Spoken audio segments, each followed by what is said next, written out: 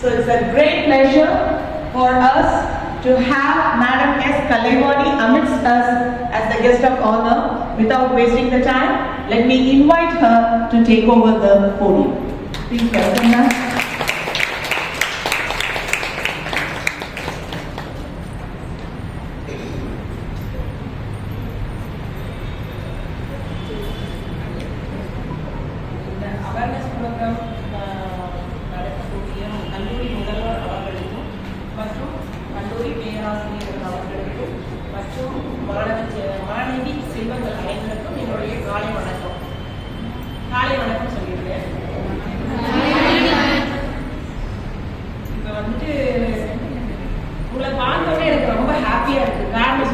நீங்கள் யாராவது ஒருத்தர் உங்களை பார்த்தோன்னே எனக்கு ஒரு மகிழ்ச்சி.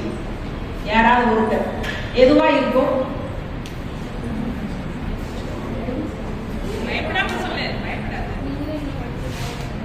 இல்ல உங்க காலேஜ்ல படிச்சுட்டு எங்க எஸ்ஐ அவங்க இங்க படிச்சுதான் இங்க வந்திருக்காங்க. Gayathri sub inspector of police.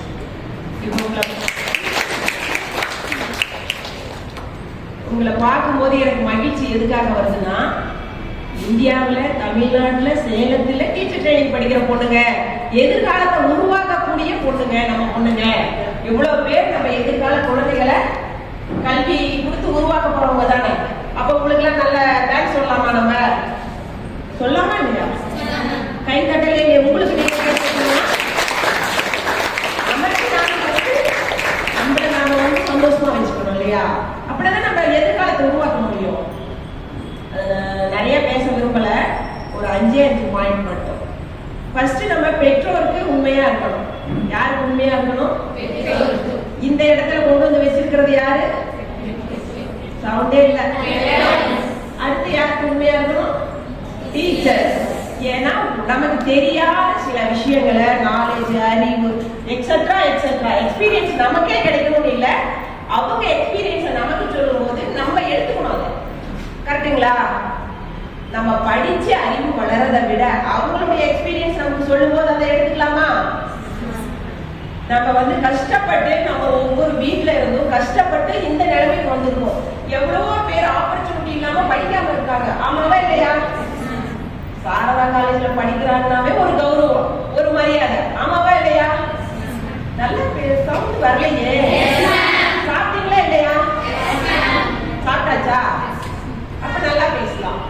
எங்கப்பா அவங்க பொண்ணு படிக்குது அப்படின்னு கேட்டா, என் பொண்ணு சாரதா காலேஜ்ல படிக்கிறாங்க. ஓ, அவங்க சீட்டு கிடைக்கிறதே பெருசுப்பா, பரவாயில்ல கிடைச்சிருக்கு. நான் எங்க மேடமையே அப்படிதான் சொன்னேன். நம்ம சாரதா காலேஜ்ல கிடைச்சிருக்கா கவுன்சிலிங், சூப்பர்மா அப்படிதான் சொன்னேன். அப்ப நமக்கு நல்ல ஆப்பர்ச்சுனிட்டி கிடைச்சிருக்கு. நம்ம நல்லா எப்படி பயன்படுத்திக்கணும்? எப்படி பயன்படுத்திக்கணும்? நீங்க ஃப்ரீயா பேசினா நான் உங்களோட பேச முடியும். பயப்படுறீங்களா என்ன? அப்ப நல்லா பேசுங்க. தனித்தனியா பேசினாதானே பேச முடியாது. இப்ப எல்லாரும் இருக்கும்போது எப்படி பேச முடியாது? சரி, எல்லாருமே ஒவ்வொரு வகையில ஒவ்வொருத்தரும் திறமையானவங்களா மட்டும்தான் இருப்பீங்க.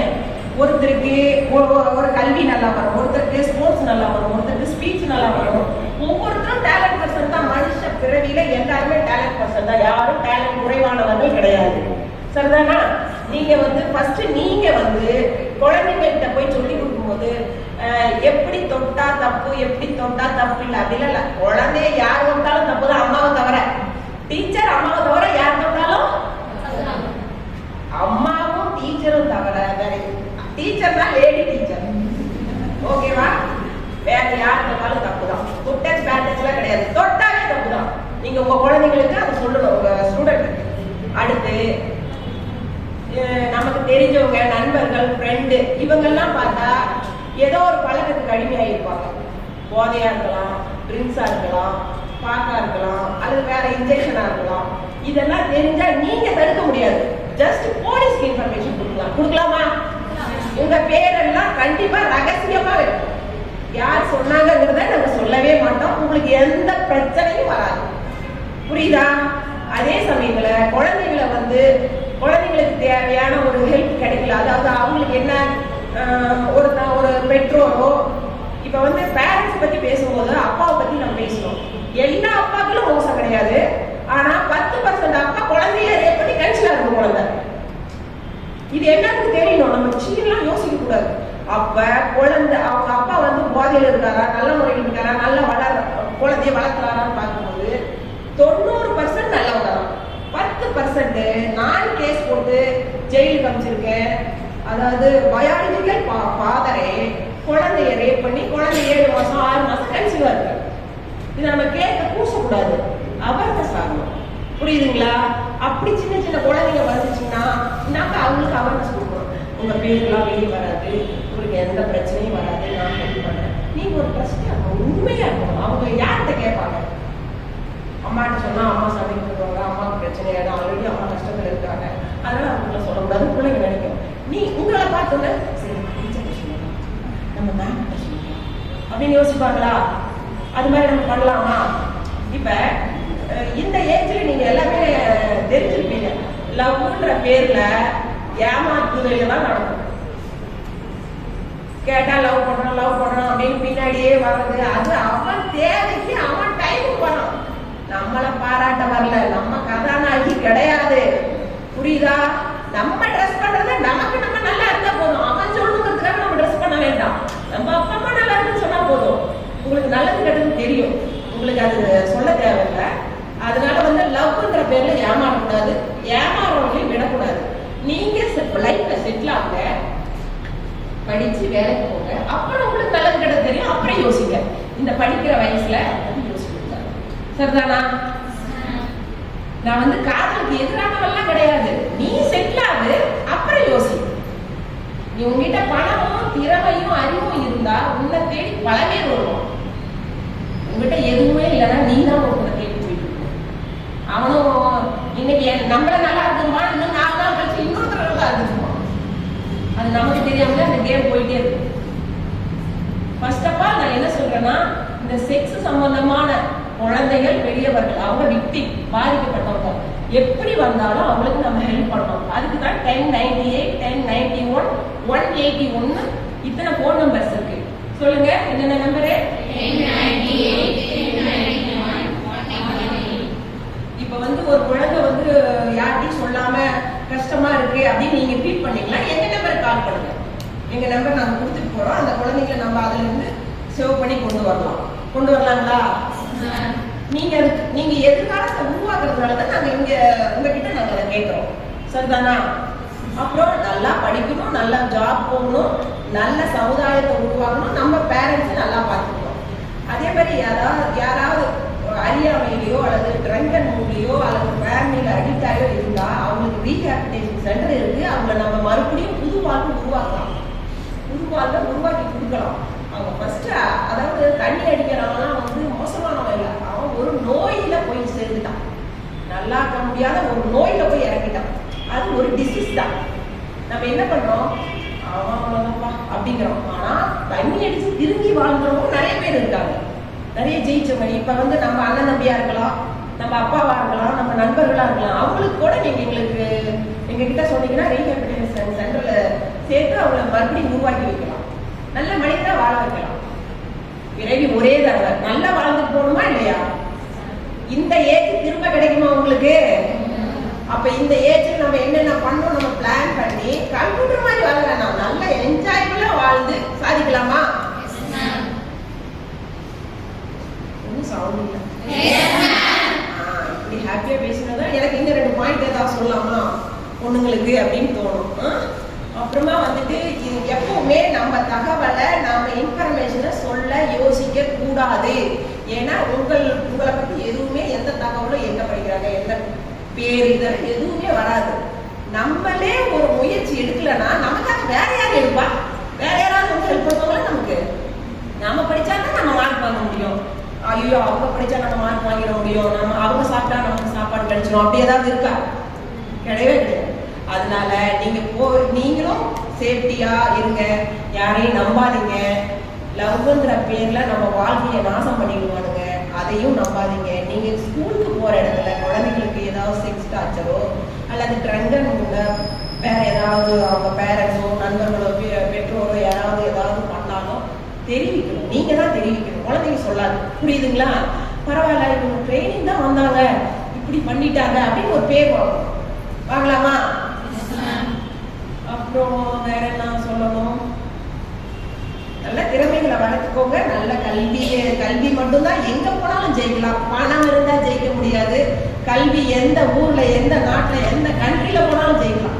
பணம் சம்பாதிக்கலாம், நம்ம காத்திருக்கலாம், நம்ம காலில் நிக்கலாம். நம்ம காலில் நின்னா நமக்கு ஒரு கான்பிடன்ஸ் வந்துடும். வருமா? சரி, அப்பாட்ட கேட்கறதா, ஹஸ்பண்ட் கிட்ட கேட்கறதா, அண்ணன் கிட்ட கேட்கறதா? நம்ம கிட்டே பணம் கொடுத்தா யார்கிட்ட கேட்கறதா? அம்மா உங்களுக்கு என்னமா வேணும், அண்ணா உங்களுக்கு என்னமா வேணும், நான் வாங்கி தரேன் அப்படின்னு சொல்ல முடியுமா? நமக்கு ஒரு தைரியம் வரும். அதனால நல்லா படிக்கணும், நல்லா கல்வி கற்கணும். நீங்க பல பேர் கல்வியை புகுத்தணும் அப்படின்னு வேண்டி எனக்கு இந்த வாய்ப்பு கொடுத்த மேடம் அவர்களுக்கும் மற்ற எங்க வனிதா அவர்களுக்கும் நன்றி கூறி விடைபெறுகிறேன். நன்றி, வணக்கம். Mrs. M. Gayatri, who is a sub-inspector of police in Salem town. She is actually qualified with BSc Computer Science and Bachelor of Physical Education. She has senior volleyball player, and she has joined duty in 2021, and she has won many prizes conducted in various events at Kerala, Uttar Pradesh, Japan and Nagpur, and she won gold medal, silver medal at these events. And she is actually senior volleyball player, and it shows her, it's not only shows it her physical prowess, but also her resilience, leadership, motivation, both in and outside of her uniform. Such a great personality is going to give a orientation about women's rights, which is a very promising topic today.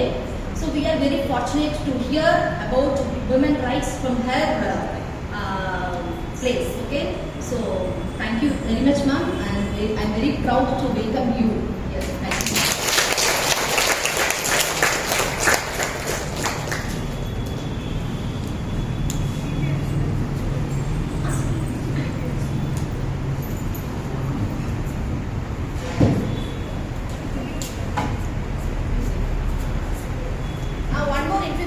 Madam வந்து பார்த்தீங்கன்னா bachelor of physical science வந்து நம்ம காலேஜ்லேயே qualify பண்ணியிருக்காங்க.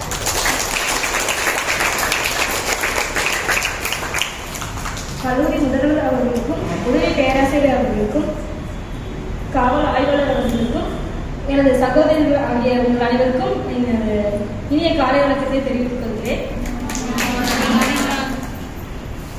UG யார் யார் சாரதா காலேஜ்லேயே பண்ணது இங்கே இருக்க ஸ்டூடெண்ட்ஸில்?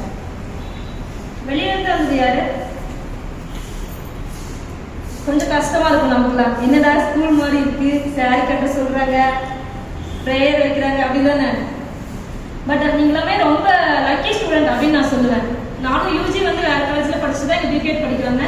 இந்த அட்மாஸ்பியர், இந்த ப்ரேயர், சாரி, இது எல்லாமே நமக்கு வந்து இது ஒரு வாய்ப்பு. இந்த அட்மாஸ்பியர் நீங்கள் படிக்கிறதுக்கே ரொம்ப கொடுத்து வச்சிருக்கணும். நான் அதை வந்து இங்கே படித்தேன் அப்படின்றதுக்காக நான் சொல்லலை. நான் இதுக்கு முன்னாடி இங்கே படித்தேன் நான் சொல்லவே இல்லை.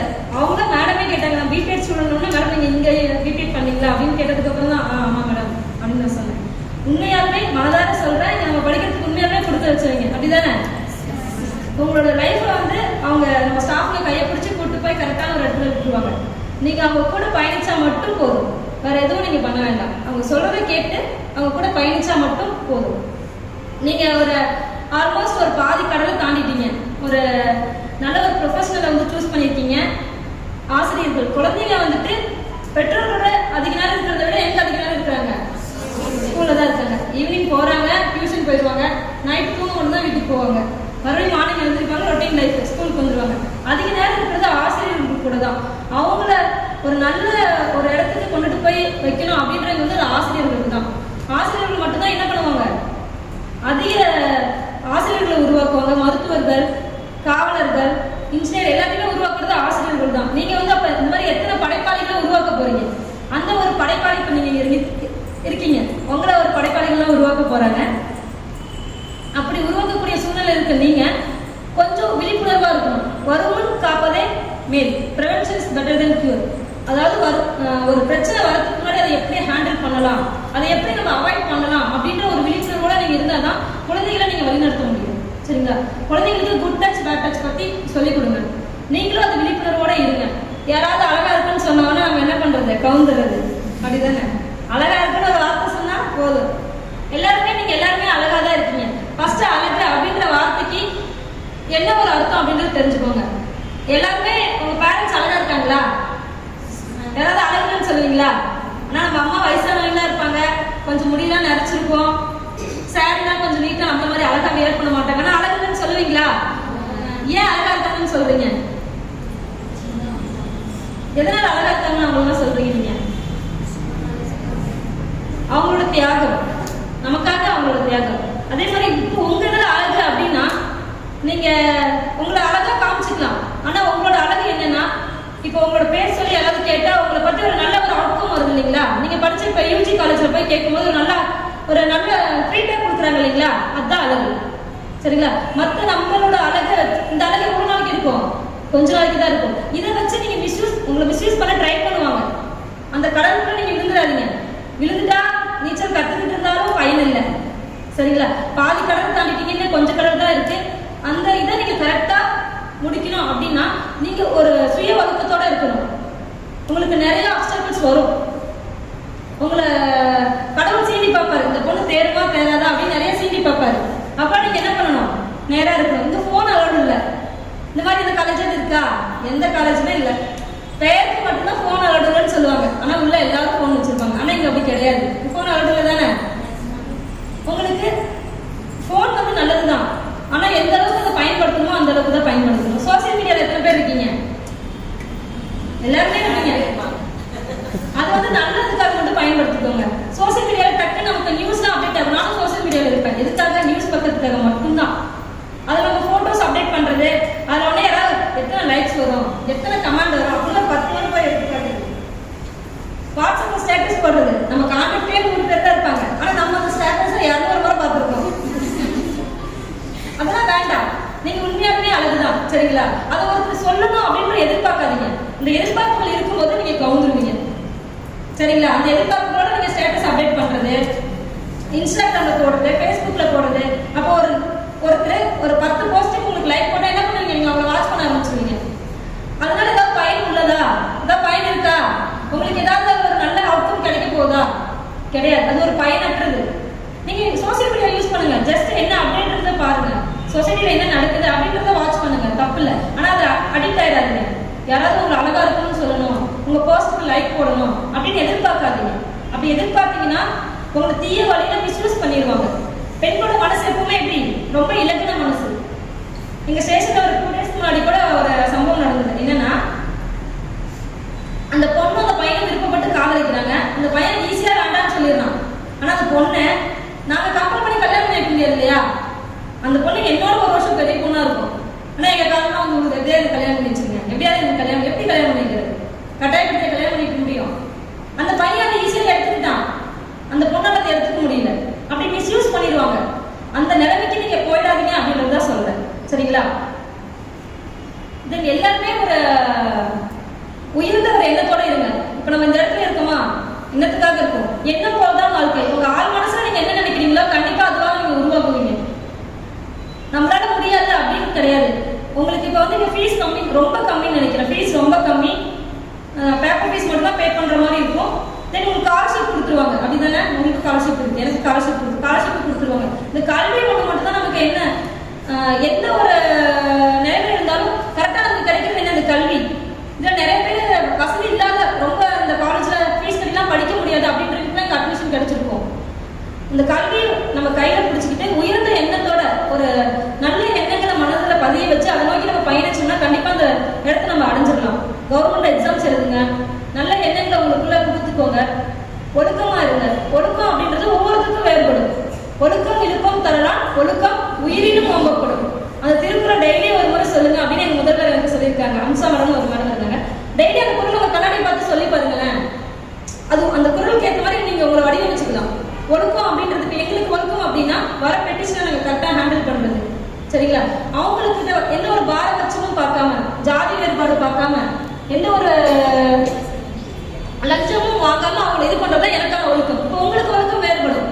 ஸ்கூல் குழந்தைங்களுக்கு ஒழுக்கம் வேறுபடும். அவங்களுக்கு கரெக்டாக ஹோம்ஒர்க் பண்ணிட்டு போறது, தீய சொற்கள் பேசாம இருக்கிறது, அதான் ஒழுக்கம். வயதுக்கு ஏற்ப என்ன பண்ணும்? ஒழுக்கம் வந்து மாறுபடும். உங்களுக்கான ஒழுக்கத்தை நீங்களே எழுதுங்க. நமக்கு இதான் ஒழுக்கம், நான் இதன்படிதான் இருப்பேன், இதை வந்து மீறி நான் எந்த ஒரு செயலும் செய்ய மாட்டேன் அப்படின்ற உங்களுக்கான ஒழுக்கத்தை நீங்களே வடிவமைச்சுக்கோங்க. அந்த ஒழுக்கத்தை பின்பற்றீங்கன்னா கண்டிப்பா நீங்க ஒரு நல்ல நிலைமைக்கு போகலாம். உங்களுக்கு கடவுள்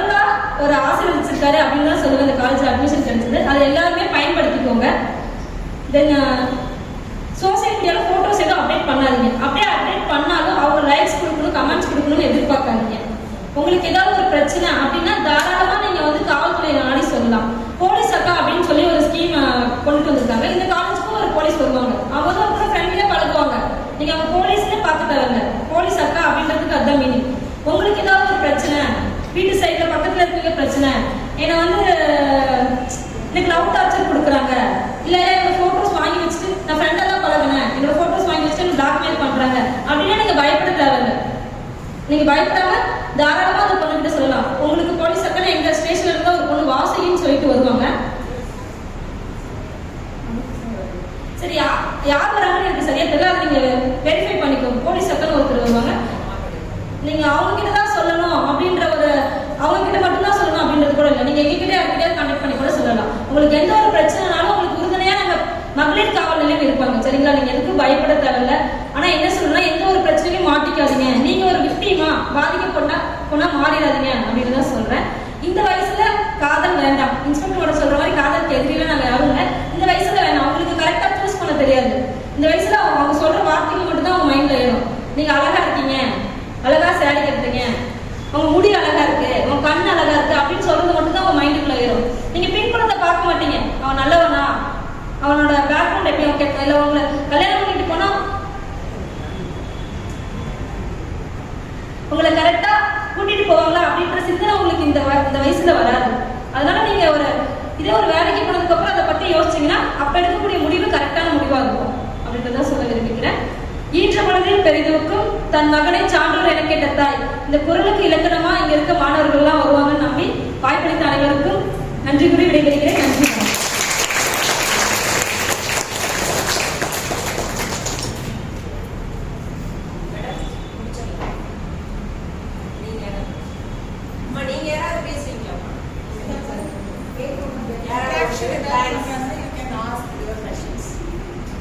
இதுக்கே முயற்சி பண்ணி எழுந்திருக்கீங்கன்னா சேர் விட்டு எப்படி அந்த சேர் நமக்கு பிடிச்சு வைக்கல, நம்ம தான் எழுந்திருக்கணும், நம்ம தான் முயற்சி பண்ணணும். இவ்வளவு ஸ்டூடெண்ட்ல ஒருத்தர் கூட அந்த தைரியம் இல்லையா? ஒன்றும் சொல்ல போறதில்ல. போலீஸ் மேடம் வந்தீங்க, நல்லா பேசுனீங்க, எங்க காலேஜுக்கு சிறப்பு, தேங்க்ஸ், எங்க மேடம்க்கு தேங்க்ஸ், நாங்க இதை படி நடந்துக்கிறோம். இவ்வளவு நாளே வார்த்தை.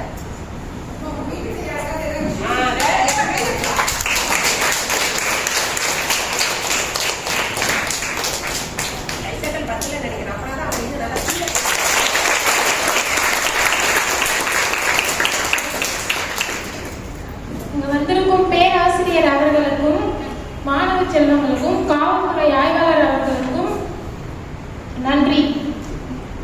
நல்லா ஸ்பீச் பண்ணீங்க, நல்லா மோட்டிவேஷன் பண்ணீங்க. நீங்க சொன்னதுல எப்படின்னா எங்க பிரின்சிபல் மேம் சொன்னாங்க இதெல்லாம் நடந்துக்கணும் இருக்கணும் அப்படின்னு அந்த மாதிரி சொன்னீங்க. எங்களுக்கு அறிவுரை சொன்னதுக்கு மிக்க மிக்க நன்றி.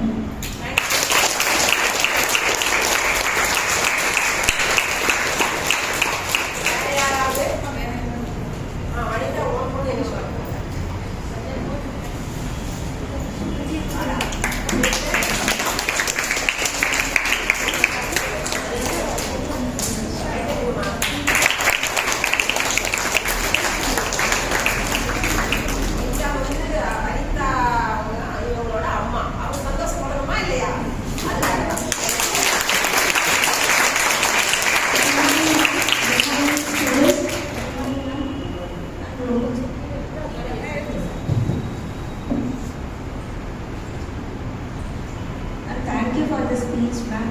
ஆக்சுவலாக அம்மாவும் நிறையா வந்து இந்த மாதிரி ஸ்டேஷனில் நடக்குது, நீயும் அப்படி இருக்கக்கூடாது அப்படி நிறையா அட்வைஸ்லாம்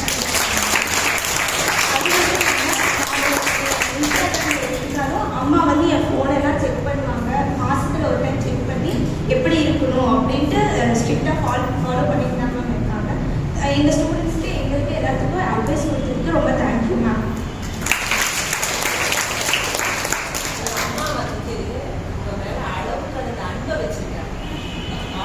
எதிர்காலம் நல்லா இருக்கணும். அதனால அப்போ கொஞ்சம் சீட்டா பேசுவாங்க.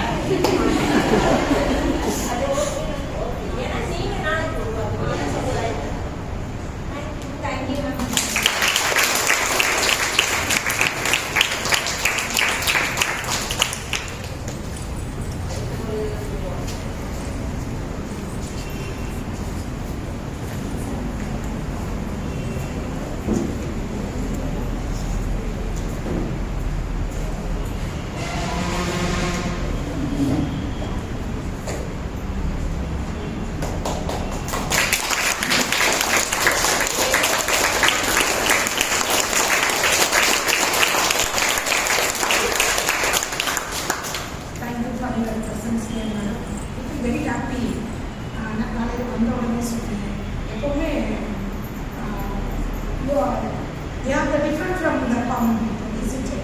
நம்மலாம் அவங்க ட்ரெஸ் போட்டுருந்தாலும் அந்த ட்ரெஸ்ஸுக்கு இருக்க பவர் வந்து வேறு எங்கேயுமே இருக்காது. இந்த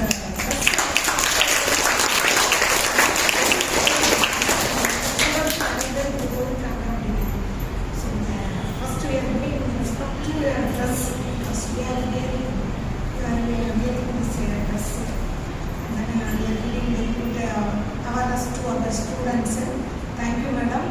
இந்த ஸ்டூடெண்ட்ஸ்க்கு வந்து உங்களோட ஒரு இந்த மாதிரி ஒரு அவேர்னஸ் கேட்கும்போது so they will get some strength, ஒரு என்கரேஜ்மெண்ட் கிடைக்கும் அவங்களுக்கு. சொசைட்டியில் நாங்களும் இப்படி இருக்கணும் அப்படிங்கும்போது தைரியம் வந்து மாணவர்களுக்கு இருக்கும் அப்படிங்கிறதுக்காக தான் நாங்கள் இந்த ப்ரோக்ராம் அரேஞ்ச் பண்ணியிருக்கோம். உங்களுடைய பிஸி ஷெட்யூல்லையும் வந்து நீங்கள் 3 பேர் வந்து ஒருத்தர் இல்லை 3 பேர் வந்துட்டீங்க.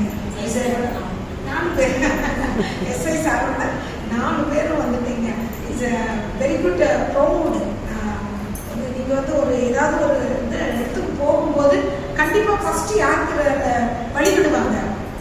யாருக்கு வழிவிடுவாங்க? போலீஸுக்கு தான் வழிவிடுவாங்க. ஸோ அந்த மாதிரி ஒரு சொசைட்டியில் இருக்காங்க. நிறைய பேர் சொல்லுவாங்க போலீஸ் வேலைக்கு போனது அப்படி இல்லை, அப்படி கிடையாது. ஸோ அவங்க வந்து ஒரு நல்ல ஒரு மரியாதைக்குரியது, ரெஸ்பெக்ட் எல்லாமே இருக்குது அவங்களுக்கு. நான் எப்பவுமே அந்த இதை நினச்சி நான் ரொம்ப மகிழ்ச்சி அடைகிறேன். அவங்களுக்கு இருக்க ஒரு இது வந்து சொசைட்டியில் எங்கே இல்லைன்னு சொல்லி இது ஒரு பெரிய ஒரு நல்ல ஒரு பதவி, நல்ல ஒரு பாதுகாப்பான மக்களுக்கு பாதுகாப்பு கொடுக்கக்கூடிய ஒரு பதவி, உன்னதமான ஒரு பதவி இருக்கு. ஸோ நாமளும் அவங்களோட சேர்ந்து ஒத்துழைத்து சமுதாயத்துக்கு நல்லது செய்வோம் என்று உங்களுக்கும் நான் அறிவுறுத்துகிறேன். நன்றி.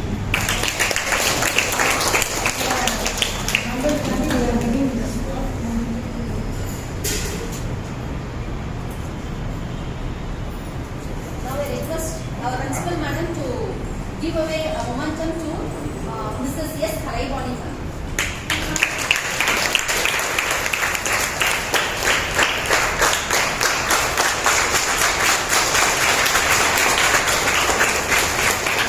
Thank you. Now I welcome Mrs. M. Gayatri ma'am to get away momentum. Now I request Madam Vanita ma'am.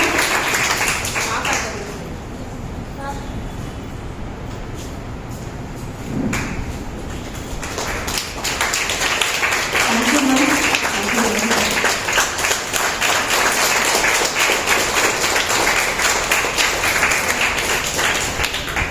Next I welcome Sir